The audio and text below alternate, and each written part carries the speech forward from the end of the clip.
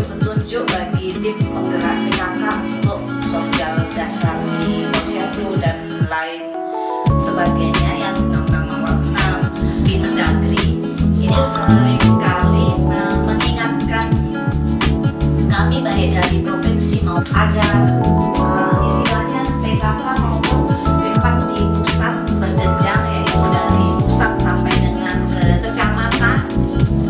Di seluruh kader PKK itu betul-betul punya kader. Kita juga punya yang namanya Dasar Wisma. Kita punya satu kader yang terjadi adalah keterbatasan tim penggerak PKK. Kalau yang dulu semuanya sudah sentralistik ya, dari atas itu turun perintah sampai ke bawah semua harus menjalankan secara bersama-sama, baik itu mungkin dari kepolisian, dari TNI, semuanya itu berjalannya satu arah.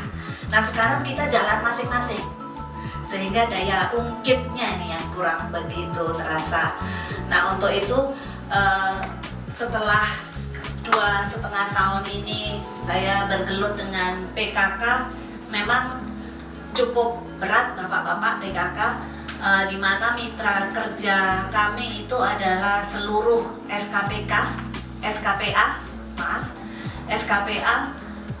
yang leading sektor yang besar adalah kesehatan, kemudian pendidikan kita ikut, kemudian koperasi pangan ya. Banyak sekali kita bekerja sama. Satu Pokja itu masing-masing satu Pokja mempunyai mitra kerja sampai dengan 6 SKPA.